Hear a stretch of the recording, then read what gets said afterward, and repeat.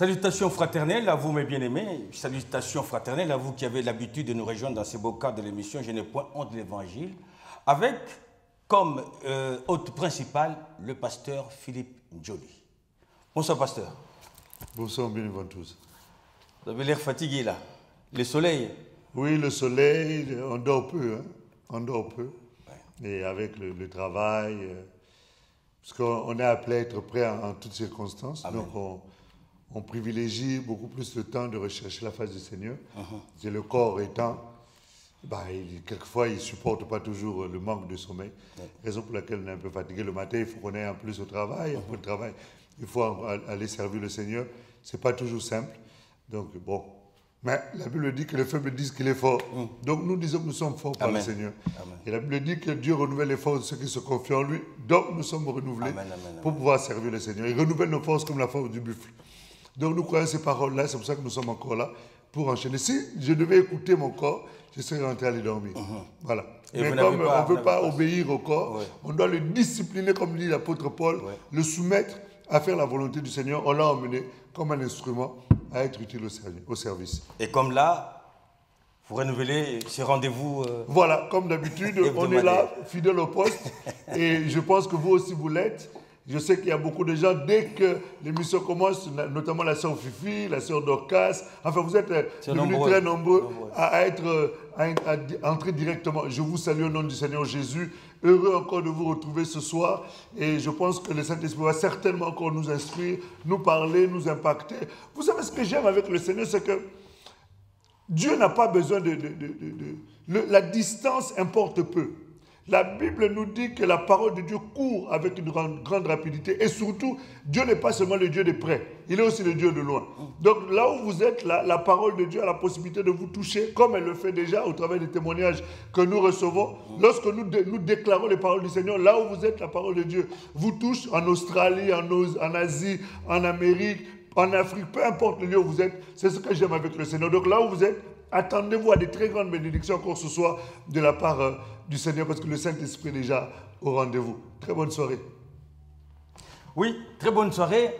Et du coup, vous reprenez... Mais tu sais, ce qui est étrange avec le Seigneur, c'est que dès que le Saint-Esprit prend le relais, quand on est encore dans la chair, on se sent très fatigué. Mais dès que le Saint-Esprit prend le relais... vous ne ratez pas l'occasion. Oui, on ressent encore l'élan. C'est la force du buffle. C'est ça, le Saint-Esprit est tellement... Oui, le Saint-Esprit est merveilleux. Le Saint-Esprit est merveilleux et c'est ce que nous aimons avec lui. Je me souviens encore, la Bible dit que Jésus était au bord du puits, dans Jean 4, fatigué du voyage. La Bible dit déclaré fatigué du voyage. À telle enseigne qu'il n'a pas accompagné les disciples pour aller acheter à manger. Il est resté pour se reposer. Une femme arrive, la femme samaritaine, arrive pour puiser de l'eau. Celui dont on disait être fatigué s'est remis encore au travail. Et puis, ses disciples sont rentrés, ils ont dit, mais Seigneur, tu as mangé. Parce que l'attitude que tu affiches, c'est l'attitude de quelqu'un qui a super bien mangé, qui a retrouvé des forces, pour continuer à travailler. Il dit, j'ai mangé une nourriture que vous ne connaissez pas.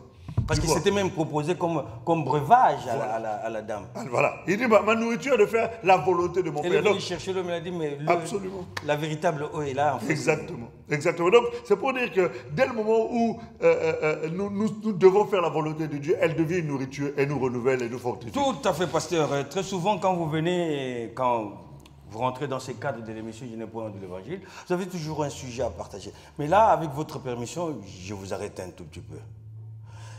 Ces derniers temps, vous nous avez amené, il y a quelques temps, 3-4 semaines, vous nous avez amené un sujet, pas le moindre, j'ai besoin du Fils. Absolument. Et curieusement, les invités sur ce plateau, au lieu d'amener d'autres sujets à pouvoir partager avec le peuple de Dieu, se sont proposés à rentrer dans le jeu de j'ai besoin du Fils. Au fait, au demeurant, c'était quoi j'ai besoin de... Si on peut faire un petit récapitulatif là-dessus. Le Fils est le sujet central de la Bible. Oui. Le Fils est le sujet central de la Bible. Et le Fils, c'est Jésus. Voilà, le Fils, c'est Jésus-Christ.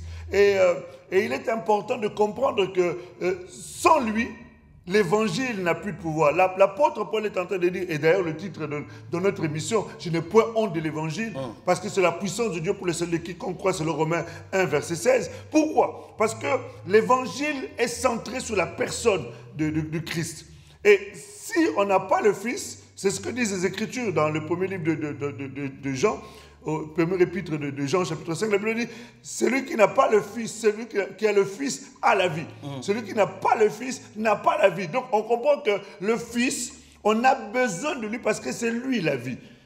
Sans lui, on n'est rien. Et Jésus dit, sans moi, vous ne pouvez rien faire. Donc on comprend que le Fils est un besoin crucial pour nous qui avons cru et pour ceux qui doivent croire demain, parce que sans lui, c'est le chemin de la perdition. Jean 14, à partir du verset 6, Jésus dit, je suis le chemin, je suis la vie, je suis la vérité. Nul ne peut aller au Père que par moi. Donc on comprend que le Fils, c'est la condition sine qua non. Le passage obligé.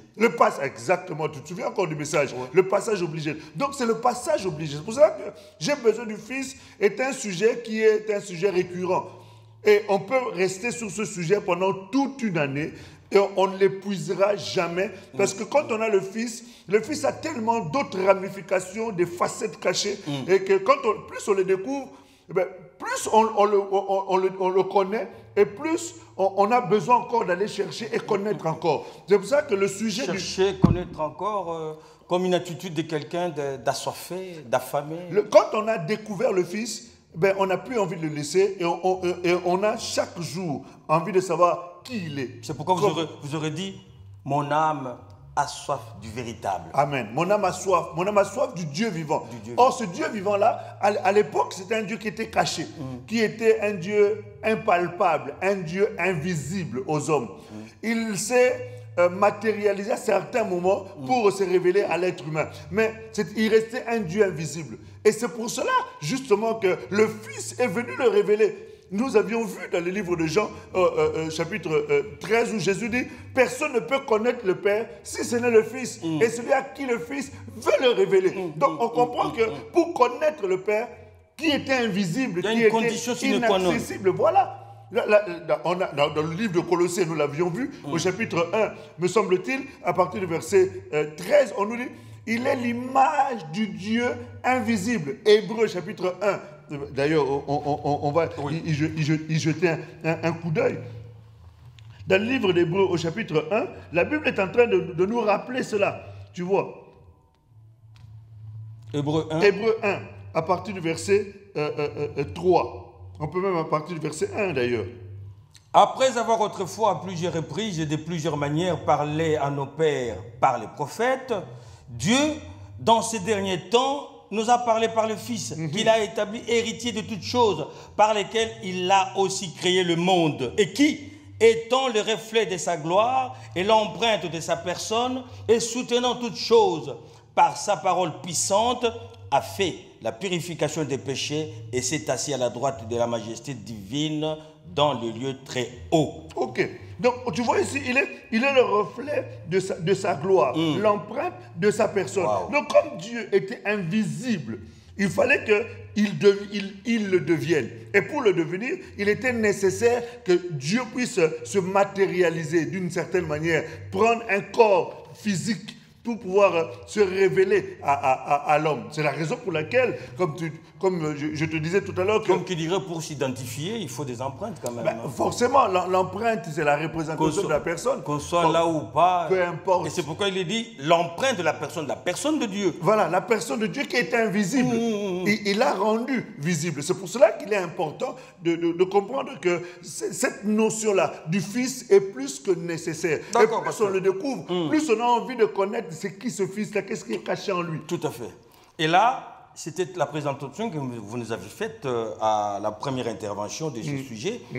Et après, parce que vous avez été pris par un empêchement, vous vous rappelez, il y a, absolument, on a eu à recevoir le prophète Steven Bomela, que je salue, de Cap-Tag, et qui lui, en passant, a voulu insister, revenir sur ce sujet-là et parler de sa manière. D'une manière tout à fait brève et résumée. Il nous dira, mais il faudrait que le Fils soit enseigné dans nos églises. Est-ce que l'Église n'est-il pas... Le Fils n'est-il pas suffisamment présenté dans nos églises? En fait... Parce que c'est seulement, on reconnaît au Fils la personne de Jésus-Christ. Jésus-Christ, il est Seigneur, il est Sauveur, et ça s'arrête là. Oui, Jésus-Christ est Seigneur, il est Sauveur, oui, il est celui qui guérit, il est celui qui délivre, il est celui qui sauve. Ça, ce sont les aspects... C'est dans l'intérêt de l'homme. Voilà, c'est les aspects de ce qu'il peut faire. On aime bien ça. Mais pour ce qu'il est réellement, voilà. L'identité. Voilà, son identité. J'aime beaucoup ce passage que je donne souvent, où les Écritures disent, je crois que c'est Psaume 103, verset 20, où la Bible nous dit que Dieu a donné, a révélé ses œuvres aux enfants d'Israël et ses voies à Moïse. Force est de constater que le peuple a connu les œuvres de Dieu. Et c'est aujourd'hui le cas.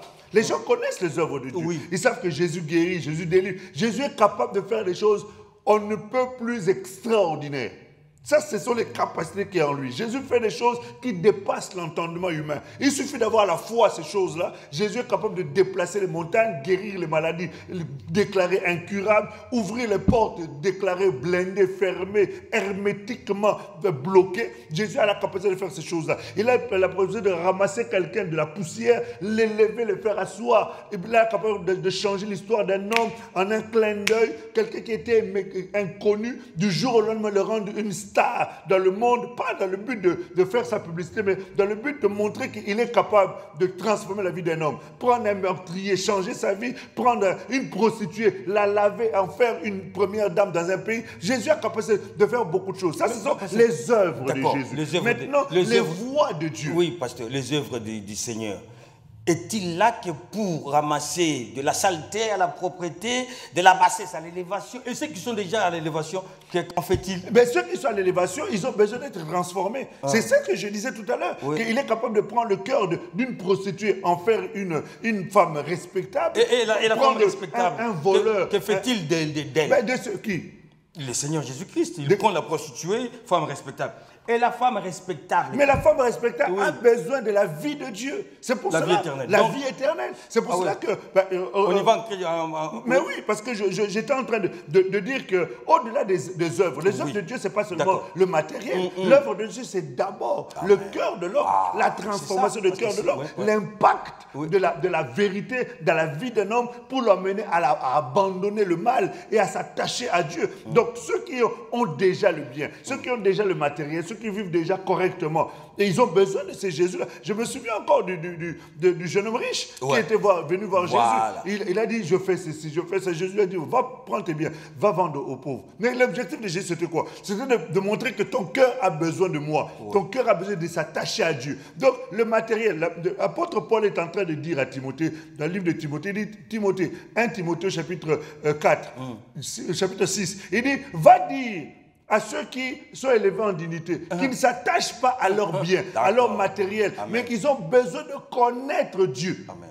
Tu vois? Donc c'est ça en fait l'objectif. Ils ont besoin de connaître Dieu. De connaître Dieu. Tu vois? Et le besoin du Fils. Le besoin, exactement, le besoin du Fils. Ressort à partir exactement. De là. Le besoin du Fils ressort par là. Parce que si on ne connaît pas le Fils, on peut avoir le matériel. Le matériel passe. On a connu des gens qui avaient le matériel, des gens qui avaient beaucoup d'argent. Mais il faut se ressentir qu'ils sont partis, mais ils ont laissé ce matériel. Oui. Nous sommes des passagers sur la terre. Ce que j'aime avec Dieu, c'est que Dieu est en train de nous montrer l'image d'Abraham. Il dit dans le livre d'Hébreux, au chapitre 11, il dit, Abraham, il vivait dans des tentes. Pourquoi? Parce qu'il savait qu'il était passager sur la terre. Malgré les biens, malgré la richesse qu'il avait, il savait qu'il était passager sur la terre. Donc c'est pour cela qu'il est important que pour ceux qui ont du matériel, pour ceux qui ont de l'argent, pour ceux qui ont des richesses, qu'ils ne doivent pas s'attacher à leur richesse. Ils ne doivent pas placer leur confiance dans leur richesse, mais ils doivent s'attacher et placer leur confiance en Dieu. Et donc connaître le Fils. Parce que le matériel, un jour, ça va partir.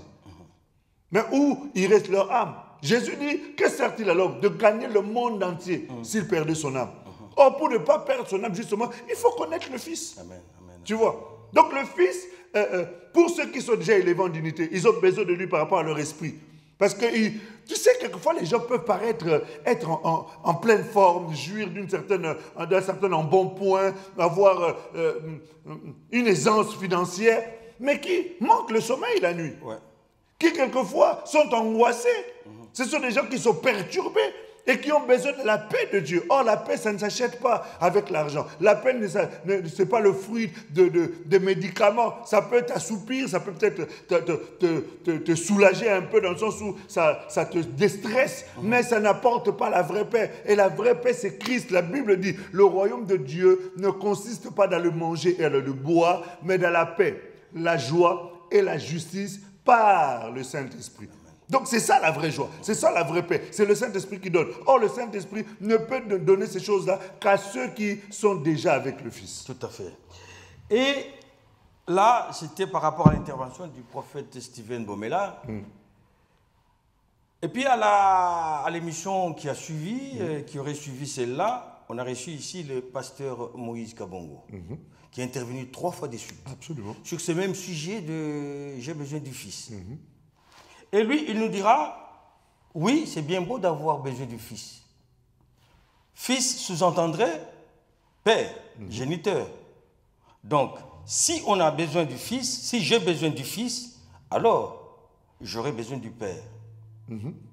Et il dit, Jésus-Christ, et l'empreinte, on a lu, hein, et tout ça, et même il nous a représenté, il nous a fait ressortir une image dans les Saintes Écritures en disant, Jésus-Christ était déjà présent sur terre en étant l'arbre de vie. Qu'en dites-vous? Oui, ben écoute, alors, il faut comprendre que Dieu parle beaucoup par les symboles. Dieu est un Dieu qui parle beaucoup au travers des signes. Dieu est un Dieu qui parle beaucoup au travers des symboles, pour rester sur le sujet. Et dans la Bible, il y a des symboles comme ça, qui sont des symboles représentatifs de la personne de Dieu. Et c'est pour cela qu'il a pris justement l'histoire de l'arbre de vie. Parce qu'on parlait de l'arbre de vie, nous l'avons vu dans le livre de la Genèse. Oui. Mais lorsqu'on va dans le livre d'Apocalypse, au chapitre 22, on retrouve encore l'arbre de vie. Oui. Tu vois, on retrouve encore l'arbre de vie. Donc il est au commencement et il est à la fin. Amen. Pour dire qu'il est l'alpha et il est l'oméga. Parce que le livre d'Apocalypse, au chapitre 22, au verset 13, on est en train de nous montrer que Jésus est l'alpha et Jésus est l'oméga. Donc il était au commencement et il est aussi également à la fin. Donc en parlant de Dieu, Jésus qui était caché dans l'arbre de vie, tu sais, quand tu regardes la Bible, tu verras que Jésus est caché dans beaucoup de choses. Lorsqu'on regarde par exemple dans le premier livre de Corinthiens, au chapitre 10, au verset 4, on nous dit que le peuple d'Israël buvait à un rocher. Et on nous dit que ce rocher-là, c'était qui? C'était Christ. Amen. Tu vois, c'est pour dire que déjà dans l'Ancien Testament, il y était déjà. Et dans le livre de la Genèse, au chapitre 3, au verset 15, quand on est en train d'annoncer la venue de Jésus comme étant le Rédempteur, celui qui va sauver l'homme du péché, on dit que la Vierge, on écrasera sa tête, la femme enfantera, et on écrasera la tête du serpent, celui-ci le mordra le talon. Mais on est déjà en train d'annoncer l'entrée en scène de Jésus dans l'Ancien Testament. On peut prendre plein d'images, plein de symboles comme ça, où on est en train de parler de Jésus, mais d'une manière voilée. Et maintenant, ce qui a été voilé hier dans l'Ancien Testament a été révélé dans le Nouveau Testament. Et lui-même, qui était l'image cachée, a enlevé le voile pour qu'on puisse enfin le voir et connaître qui il est. Ce Dieu invisible s'est révélé dans le visible. Si j'ai besoin du Fils, alors j'ai besoin du Père. Et le pasteur Moïse nous dirait que oui, le Père est une espèce de source. Source d'où repart une ressource. D'où ressort quelque chose qu'on appelle ressource. Et il a dit que Dieu le Père, enfin Dieu le Créateur, était une source et que Jésus-Christ était une ressource. Est-ce que c'est deux entités différentes ou En fait, c'est dans le discours, dans l'explication. Ça fait partie des vieux débats. Hein, il y a 3 personnes en Dieu, il y a 3 non, dieux. Mais non. De toute façon, la Bible nous dit dans l'Ancien Testament, le Dieu que nous prions, c'est le Dieu d'Israël. À la base, c'est le Dieu d'Israël. Il a choisi Israël. Et on a dit, Adonai est un. Dans Israël, on n'a jamais adoré trois dieux. Ils n'ont adoré qu'un seul Dieu. Oui. Et c'est ce Dieu-là que nous prions aujourd'hui. Mais cet aspect des sources et ressources. Cet aspect de sources et ressources. Dans mon imagination, j'ai l'impression qu'il y a deux entités. L'aspect de sources et ressources voilà. provient du fait que Jésus, en tant qu'humain, est un corps. Je pense une fois, nous avions partagé sur la théophanie.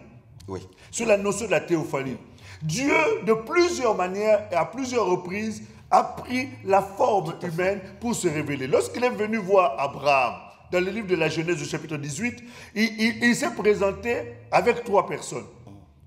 Et Abraham arrivant, parce qu'Abraham était prophète, lorsqu'il est arrivé, il s'est prosterné, il a dit « Mon Seigneur ». Donc il a reconnu qu'il y avait un Dieu qui était là. Alors qu'il y avait 3 personnes. Alors qu'il y avait 3 personnes. Mais il a reconnu que celui qui était là, c'est Dieu. Amen. Parmi ces 3 personnes. Donc Dieu avait pris une forme humaine, une théophanie. Lorsque nous regardons le livre de Juges, au chapitre 13, on voit encore Dieu qui vient visiter Manoach, qui est le papa de Samuel, de Samson, pardon. Oui. Et il lui dit qu'il ne doit pas boire du vin. Et Manoach était épouvanté. Il a dit, mais comment? Moi, j'ai pu voir Dieu face à face. Je veux mourir. Parce qu'il savait, selon ce que Moïse avait dit dans le livre de la Genèse, dans le livre d'Exode, pardon, au chapitre 33, que personne ne peut voir Dieu et vivre.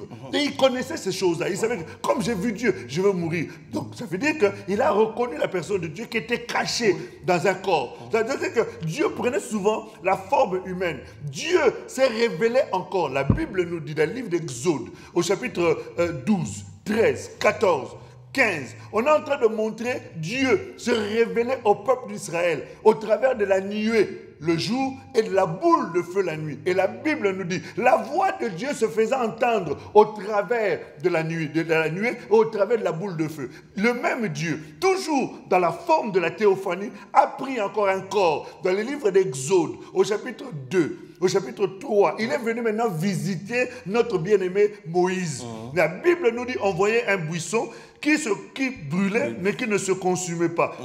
Il a compris. Et la Bible dit, du milieu du feu se fit entendre une voix. Moïse, enlève tes sandales, parce que le lieu où tu es est un lieu qui est un lieu saint. Pourquoi saint? Parce que la sainteté était là. Dieu dans le feu. Enfin bref, je peux te prendre comme ça des exemples dans la Bible où on montre la personne de Dieu qui se révèle au travers de la théophanie. Raison pour laquelle Dieu est un Dieu qui est, on a dit, un esprit n'a ni os ni chair. Dieu est esprit. Jean chapitre 4, verset 24. Dieu est esprit. Comme Dieu est esprit, il n'a pas de chair ni d'os. Il fallait qu'il puisse maintenant venir sur la terre. Il aurait pu descendre d'un coup. On voit seulement la terre qui est en train de bouger parce qu'il y a quelqu'un qui est là. Comme les 3 personnages qui ont pari à Abraham. Oui, il aurait pu apparaître, non, dans sa forme originelle, en tant qu'esprit. Personne, voilà, personne n'aurait pu le voir, personne n'aurait pu le compter. Et d'ailleurs, tout le monde serait mort, le voyant dans sa dimension. Parce que regarde, même les anges qui sont saints à la base sont en train, lis l'Apocalypse, lis le livre d'Ézéchiel, lis le livre de Daniel, tu te rends compte, ils sont obligés de se cacher le visage pour ne pas regarder la sainteté de Dieu. Maintenant, ce Dieu saint descend sur la terre, mais qui va subsister? Ce n'est même pas lui qu'on verra, mais c'est sa sainteté qui mais elle est tellement terrible. On ne peut pas voir l'invisible quand même. Voilà. Donc c'est pour dire que, bref, comme eux sont dans le monde spirituel, donc ils peuvent le voir. Mais c'est pour dire ceci. C'est que, parlant de la source et de la ressource, il fallait qu'ils puissent présenter Jésus, homme, qui était entré en scène, le corps dans lequel le Christ était venu s'incarner pour manifester. Dieu était venu s'incarner parce que Christ, c'est Dieu. Qui était venu s'incarner pour se révéler dans l'homme, auprès des hommes du monde. Une mission bien parce que quand Jésus est arrivé, quand il est né dans le livre de Luc, on a dit à Marie, tu l'appelleras comment? Emmanuel. Emmanuel veut dire Dieu avec nous. Donc, c'est pour dire qu'il fallait qu'il ait un corps qui puisse se couvrir. Dans le livre de Psaume, au chapitre 2, la Bible nous dit que j'étais engendré. Il dit, j'étais engendré aujourd'hui. Et quand on est en train de parler d'engendrer, Dieu ne peut pas être engendré. Nous l'avons vu dans le livre d'Ésaïe, au chapitre 9, au verset 5, où on a dit, un fils nous est né, un enfant nous est né, un fils nous est donné.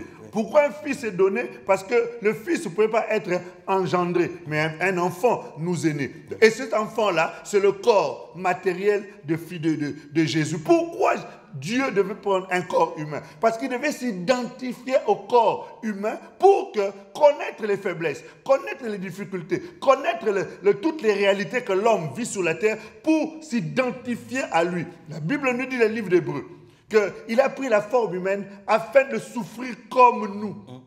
Tu vois, et pour prendre ce corps-là, il fallait qu'il entre sur la terre, il fallait qu'il prenne le corps. Nous avions parlé la dernière fois sur la dimension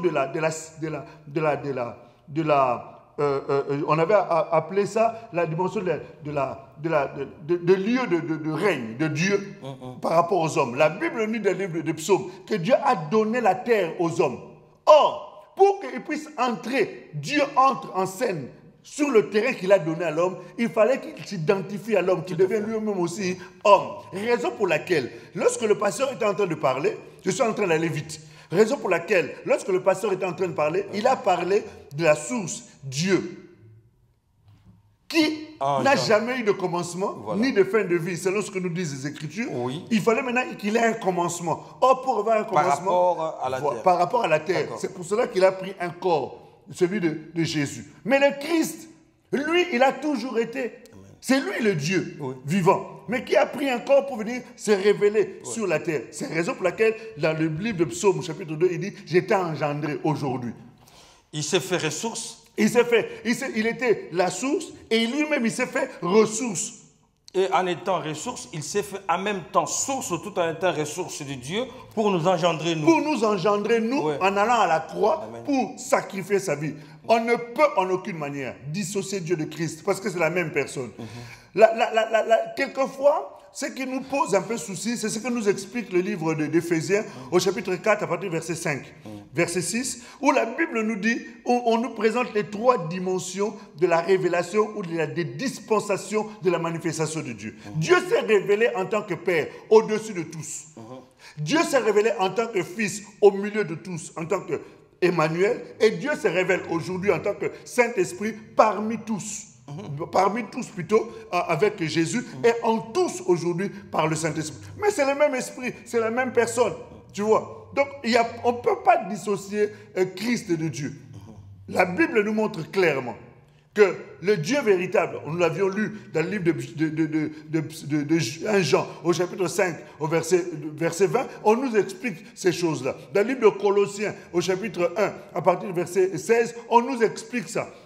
Allons-y, pour qu'on puisse peut-être être un peu plus scripturaire. Vous avez dit Colossiens? Colossiens chapitre 1.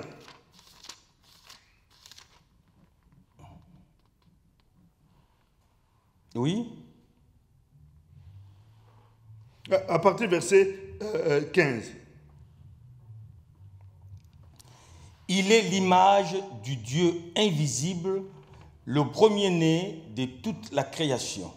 Car en lui ont été créées toutes les choses qui sont dans les cieux et sur la terre, les visibles et les invisibles, trône, dignité, domination, autorité. Tout a été créé par lui et pour lui. Verset 17. Il est avant toute chose et toute chose subsiste en lui. Tu vois, il est avant toute chose et toute chose subsiste par lui. Maintenant, quand nous allons dans le livre de Michée, au chapitre 5, on est en train de nous parler de lui. Michée, chapitre 5, au verset 2. Il y a certains livres de la Bible qu'on lit très rarement. Oui, oui. Donc, du coup, quand on est en train de les chercher, Michée, chapitre 5. Oui. Mais moi-même, je suis en train de chercher encore. Michée, chapitre 5, s'il te plaît. Oui. C'est juste après Jonas. Oui. Michée, chapitre 5. Oui, mais toi, tu as appuyé là. Nous autres, on est en train de tourner les feuilles. C'est ça la facilité. Michée, chapitre 5, verset 2, s'il te plaît. Chapitre 5, verset 2. Verset 1. Maintenant, fille... Vous avez dit chapitre 5. Chapitre 5, verset 1. Oui. Maintenant, fille de troupe, rassemble tes troupes.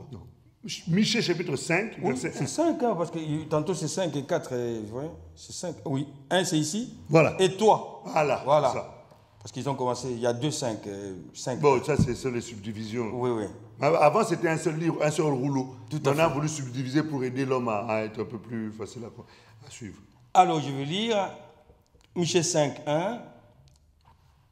Et toi, Bethléem Ephrata, petite entre les milliers de Juda, de toi sortira pour moi celui qui dominera sur Israël. Oui. Et dont l'origine remonte au temps ancien, au jour de l'éternité. Dont les origines remontent au temps ancien, au jour de l'éternité. On est en train de nous montrer ici que ce Jésus-là, qui est un corps, avait renfermé le Christ, celui dont les jours remontent au temps de l'éternité. Tu vois, et quand on a dit qui est né à Bethléem, c'est Jésus. Bethléem veut dire la maison du pain. Et Jésus, le véritable pain, Jean 6, qui est descendu du ciel. Tu vois, que nos aïeux n'ont pas mangé, mais et nous qui aujourd'hui le mangeons, avons la vie pour l'éternité. Tu vois, enfin bref, c'est pour dire ceci. C'est pour dire que le Père et le Fils, en réalité, c'est une seule personne. Tout à fait. Mais il fallait maintenant illustrer. Pour illustrer la source et la ressource, il fallait maintenant faire comme si ils étaient deux, mais deux par rapport au corps de Jésus, qui lui était la théophanie au travers de laquelle le Dieu vivant donc était venu se révéler. je crois alors que le pasteur Moïse n'aurait pas créé de confusion dans notre imagination. Ça peut arriver que dans l'explication, quelqu'un ne comprenne pas la pensée, parce que quelquefois on prend le train en marche. Et quand on prend le train en marche et qu'on n'a pas été à l'origine, on peut peut-être comprendre les choses différemment. Mais si quelqu'un veut comprendre le message et suivre ça, il faut qu'il aille d'abord suivre l'introduction, mon introduction, suivre l'intervention de Bishop, prophète Stephen, et suivre les 3 interventions du pasteur Moïse. Parce que si on l'écoute seulement sur la dernière émission. Parce que son intervention, la dernière, c'était une continuité. Voilà, c'était une continuité. Donc il faut aller à l'origine pour comprendre. C'est pour cela que pour comprendre le Fils, il faut aller à l'origine. Parce qu'à l'origine, c'est lui. Il est l'alpha et l'oméga. Lorsque nous regardons dans les Écritures, les livres de psaumes, comment on appelle ça, d'Apocalypse chapitre 22. Apocalypse chapitre 22. Apocalypse chapitre 22. Apocalypse chapitre 22 au verset 13. Je suis l'alpha et l'oméga, le premier et le dernier, le commencement et la fin. Je suis l'alpha et l'oméga, le premier et le dernier, le commencement et la fin. Si tu lis maintenant Ésaïe chapitre 41 au verset 4, tu te rendras compte que Dieu est en train de faire exactement la même déclaration. D'accord. Il dit je suis l'alpha et l'oméga. Donc Dieu est en train de montrer qu'il est l'alpha et l'oméga. Et Jésus vient, il utilise exactement le même discours en disant que lui aussi il est l'alpha et l'oméga. Tu vois? Donc c'est pour dire quoi? C'est pour nous dire que tout ce que nous faisons remonte au temps de l'éternité. Et ça nous montre que le Seigneur que nous prions, c'est lui. C'est Jésus-là qui est, enfin, ce Dieu qui est la source et Jésus qui est la ressource. En fait, c'est la même personne. Il n'y a pas de confusion. Il n'y a jamais eu 3 dieux. Il y a toujours un seul Dieu. Amen. Maintenant, la façon de présenter cela, c'est ce qui fait qu'on a l'impression qu'il y a 3 personnes. Mais en réalité, il n'y a qu'un seul Dieu. Révélé au travers de la personne. Tu sais, Jésus est Dieu. Voilà. Et regarde. Il y a certaines choses que, dans le livre de Matthieu. Allons-y dans le livre de Matthieu. Matthieu au chapitre 28. Jésus, avant de partir, il est en train de donner la recommandation. Il dit, cette recommandation, la voici. Il dit, allez de toutes les... Matthieu chapitre 28, pardon. Tu peux lire le verset 19, s'il te plaît. Matthieu 28, 19 dit, allez, faites de toutes les nations des disciples, les baptisant au nom du Père, du Fils et du Saint-Esprit. Au nom de qui? Du Père. Du Fils et du Saint-Esprit. Allez, baptisez-les. À quel nom? Le nom du Père, le nom du Fils et le nom du Saint-Esprit. On a dit le nom. D'accord? Maintenant, personne n'est allé baptiser jusque-là. Mais le Saint-Esprit arrive. Jésus est en train de dire à ses disciples, il dit, j'ai encore beaucoup de choses à vous dire, mais vous ne pourrez pas les porter maintenant.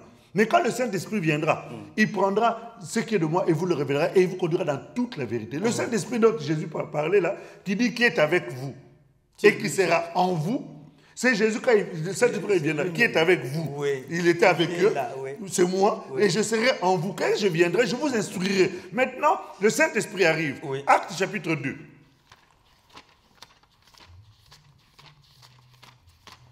Acte chapitre 2, on lit à partir du verset 38. S'il te plaît. Je vous en prie, pasteur. Acte 2, 38. Oui. À partir du verset même 37. Après avoir entendu ce discours, ils eurent le cœur vivement touché. Et ils dirent à Pierre et aux autres apôtres, hommes frères, que ferons-nous? Yes. Bonne question. Normalement, c'est ce que je disais. À chaque fois que la parole de Dieu est prêchée, les hommes doivent s'interpeller. Ils doivent être touchés. Mais qu'est-ce que je dois faire maintenant pour être en conformité avec ce qui est en train d'être dit? C'est ça le rôle du Saint-Esprit au travers de l'homme de Dieu. Donc c'est normal aussi que nous nous préoccupons de savoir est-ce qu'il y a une différence entre source. C'est normal, parce que les gens écoutaient et ça suscite de l'intérêt. Mais ce qui nous intéresse, c'est ce qui suit. Verset 38. Pierre leur dit, oui. Répentez-vous. Bien, première chose. Et que chacun de vous soit baptisé au nom de Jésus-Christ pour le pardon de vos péchés. Oui. Et vous recevrez le don du Saint-Esprit. Très bien. On a dit dans Matthieu 28 que allez, faites de toutes les choses, baptisez-les au nom du Père, du Fils et du Saint-Esprit. On n'a pas donné ce nom-là. Mais maintenant, le Saint-Esprit vient, puisqu'il doit révéler les choses cachées, parce que la Bible dit personne ne connaît l'homme si ce n'est l'Esprit de l'homme. Oui. Et personne ne connaît Dieu si ce n'est l'Esprit de Dieu qui sonde les profondeurs de Dieu. Maintenant, le Saint-Esprit qui sonde les profondeurs de Dieu vient expliquer les choses. Il dit ceci. Il dit, il a été dit qu'on doit baptiser au nom du Père, du Fils et du Saint-Esprit. Mais ce nom-là, du Père, du Fils et du Saint-Esprit, quel est-il? Jésus-Christ. Voilà. Au nom de Jésus-Christ. Voilà. Donc le Père, le Fils et le Saint-Esprit, en fait, ce n'est qu'une seule personne. Maintenant, dans l'explication... Parce que par ailleurs, c'était au nom du Père, du Fils et du Saint-Esprit. Voilà. Et ici, on donne les noms au nom de Jésus-Christ. Voilà. Pourquoi? Parce qu'on qui renferme la dimension ou la révélation de ces trois dimensions-là, qui est le Père, le Fils et le Saint-Esprit. Merci beaucoup, l'horloge coule. Oui, mais il ne faut pas provoquer. Et là, dans son argumentation, le pasteur Moïse nous a insisté beaucoup sur l'image de la vie des couples. J'ai beaucoup aimé ça. Dieu est source de la ressource Christ, venu pour nous délivrer. Et Christ, dans sa mission, est une source pour nous engendrer, nous. Et Christ, en nous engendrant, il a fait de nous aussi une source. Justement. Voilà. Et il a insisté. Voilà, il a insisté par rapport au mariage en disant, mais effectivement, ces principes de source et ressource, l'homme est la source de la femme, qui est, elle, la ressource de l'homme. Comment avez-vous trouvé cette argumentation? Non, mais c'était très joli et une très belle image qui était très... Et vous étiez même tenté de pouvoir revenir sur ce sujet-là. Oui, bon, nous revenons sur ce sujet, sur la notion de la famille, sur la notion du mariage, sur la notion de l'éducation des enfants, parce que ce sont des choses qui sont d'actualité. Et nous sommes en train d'être exposés par le diable dans une très forte tentation pour détruire la notion de la famille, détruire la source, la cellule familiale, pour dénaturer même la vie de l'Église et la vie de la société. De manière à ce qu'on puisse préparer la place à celui qui doit être introduit. L'impie, selon le livre de Thessaloniciens, la plateforme est en train d'être mise. Parce que lui, il règne dans le chaos, il règne dans les désordres organisés. Donc, il faut que nous puissions être aussi instruits et nous puissions avoir les armes pour pouvoir bâtir les familles, bâtir nos enfants, bâtir les hommes et bâtir les femmes selon Dieu, de manière à ce qu'ils puissent servir à sa gloire et être des canaux et des instruments dans ce temps de la fin pour répandre la bonne odeur de Christ avant que ce dernier ne revienne. Selon Matthieu 24, verset 14, la Bible nous dit qu'il est important que la bonne nouvelle soit annoncée. Or, cette bonne nouvelle doit être annoncée, pas seulement verbalement, mais elle doit être annoncée aussi au travers de notre vie. Voilà. Parce que nous sommes des lettres. Tout à fait. Au travers de notre vie, c'est l'expression même des enseignements reçus de la part de notre Seigneur Jésus-Christ. Absolument. Donc si nous avons besoin du Fils et que la ressource dépend de la source, nous avons besoin de notre prochain. Oui, on a besoin de notre prochain. Bon, vous avez dit, en tant que source, nous sommes aussi conditionnés d'être... En tant que ressource, nous sommes conditionnés d'être aussi... Oui, Galate nous explique que nous devenons, nous aussi, des sources de bénédiction. Tu vois, nous devenons nous-mêmes aussi une bénédiction. Non pas que nous aurons une bénédiction, mais nous devenons une bénédiction. Parce que celui qui a le Christ, il transmet ce qu'il a. Exactement. Et nous devenons une source pour d'autres. C'est la raison pour laquelle Jésus nous a laissé l'ordre capital d'aller et de faire de toutes les nations les disciples. Pourquoi? Parce que c'est comme ça. Étant devenu source des torrents, Jésus est en train de dire dans les livres de Jean, au chapitre 7, il dit, venez boire. Et vous devenez une source d'eau vive. Quand Jésus a rencontré la femme samaritaine, il a dit, moi je suis la source d'eau vive. Maintenant, il fait de nous maintenant des sources pour que le plus grand nombre puisse venir boire au torrent que nous sommes. Et d'où la nécessité pour chacun d'avoir le Fils, pour que le Fils fasse de lui une source pour d'autres personnes que puissent venir en bénéficier, absolument.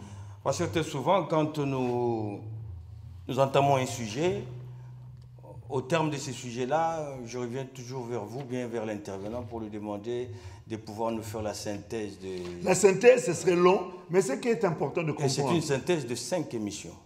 Oui, en plus. Donc la synthèse, en fait... Celle-ci est une 6e. Oui. La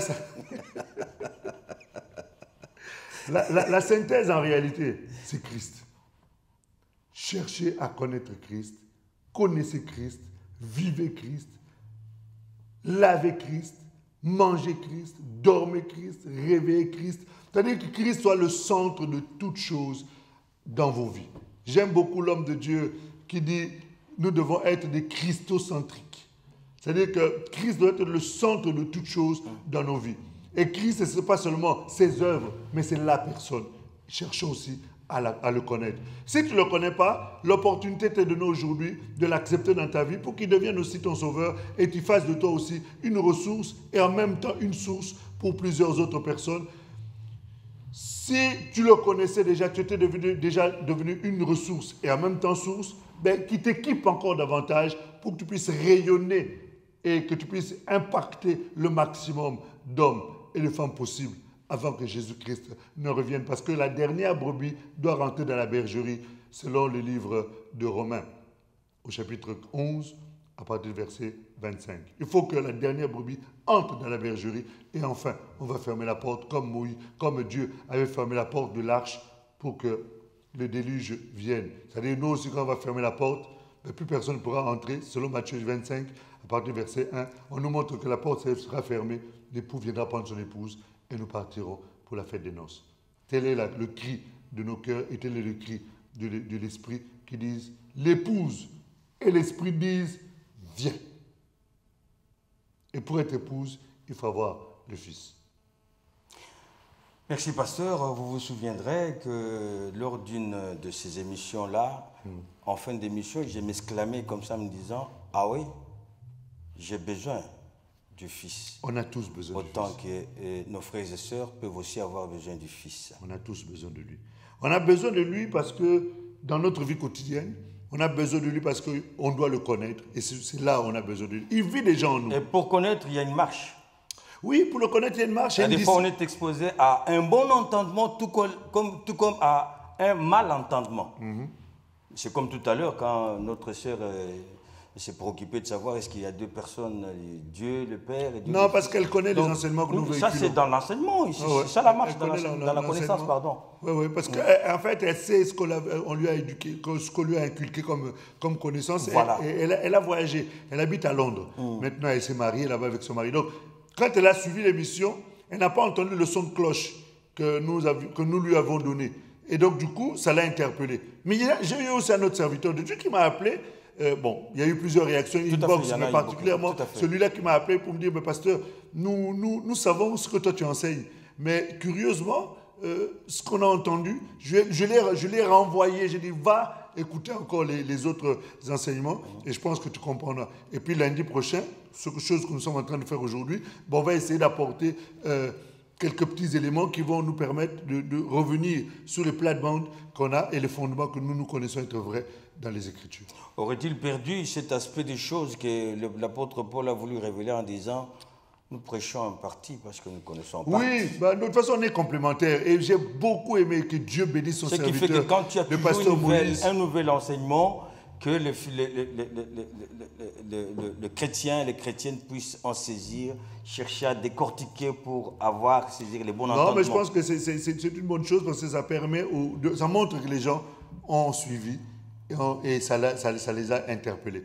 Au passage, sincèrement, de tout cœur, j'aimerais remercier, tu l'avais fait, moi aussi, j'aimerais vraiment, mes remerciements vont droit à l'homme de Dieu, le prophète Stephen, qui d'ailleurs devrait revenir encore au mois de novembre. Ouais. Nous aurons encore l'opportunité de l'avoir avec nous. Et, revenir, c'est-à-dire qu'il partirait de Cape Town pour Paris. Voilà, pour Paris, tout à fait. Pour l'Europe. Pour l'Europe, parce qu'on aura des programmes avec lui ici. Il faut toujours préciser. Oui, effectivement, c'est vrai que quand on parle comme si c'était évident pour tout le monde, c'est vrai.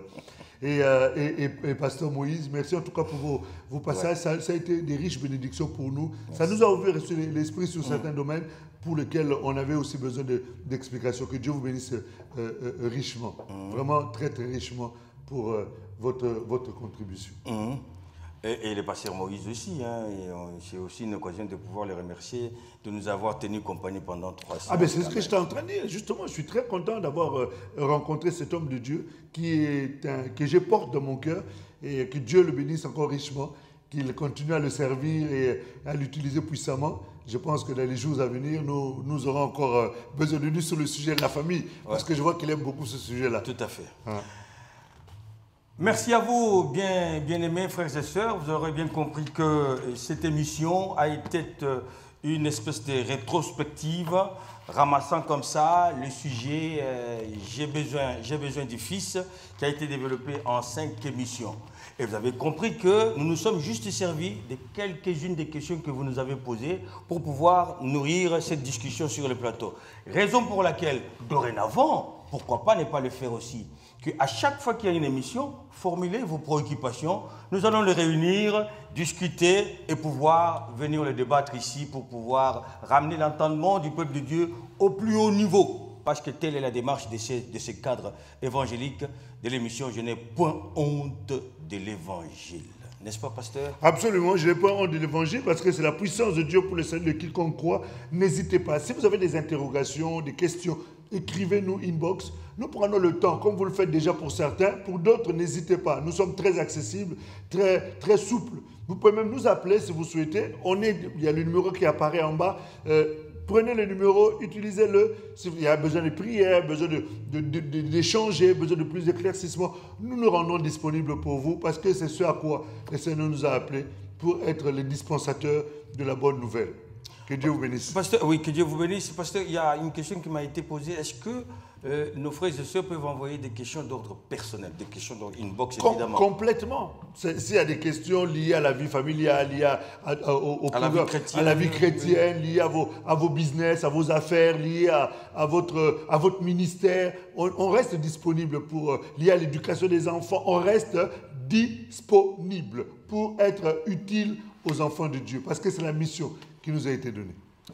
Oui, la mission qui nous a été donnée avec une même équipe, c'est-à-dire l'équipe MDPPN, avec une même réalisation de Bart Ngoïluboya, avec une même maîtrise de la technicité par l'ingénieur Steve Malungwene. Vous aurez compris que cette équipe disposait, non pas seulement le lundi, mais chaque jour, parce que le pasteur vient de l'avouer, envoyez aussi vos préoccupations personnelles. Nous sommes à votre disposition. Que Dieu vous bénisse abondamment et la paix chez vous.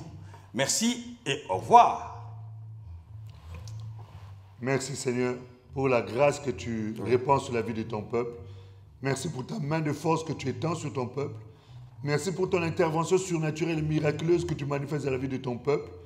Merci pour cette femme qui était en train de pleurer et qui voulait mettre fin à sa vie. Merci de l'avoir renouvelée. Merci de l'avoir consolée. Merci de l'avoir restaurée. Et nous détruisons tout esprit de suicide au nom de Jésus. Merci pour ta grâce dans sa vie, Seigneur. Merci pour cet homme qui est en train de se poser mille et une questions concernant son avenir.